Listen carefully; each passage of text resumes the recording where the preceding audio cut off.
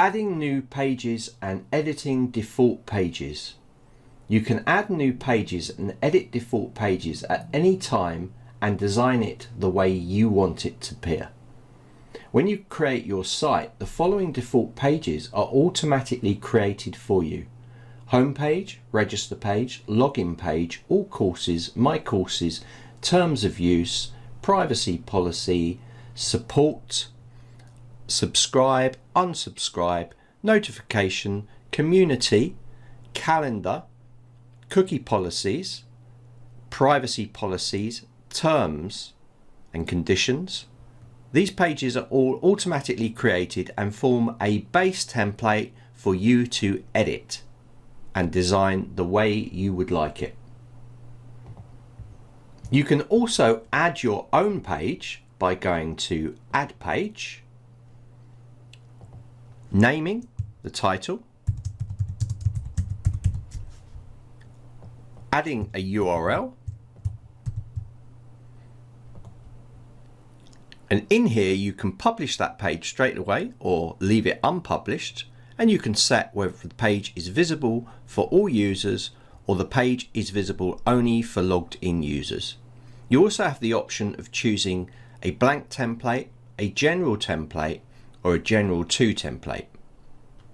Once you click add, that page will be added into the site, like so. You can see the status of this page is unpublished. This allows you to edit that page and then publish it when you're happy with it.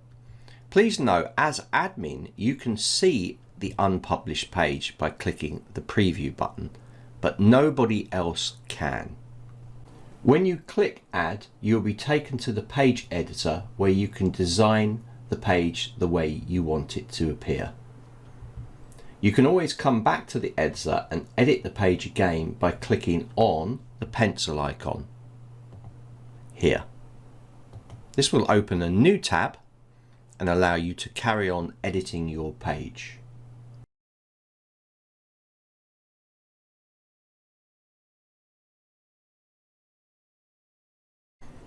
Once you're happy with your page, you can click Save.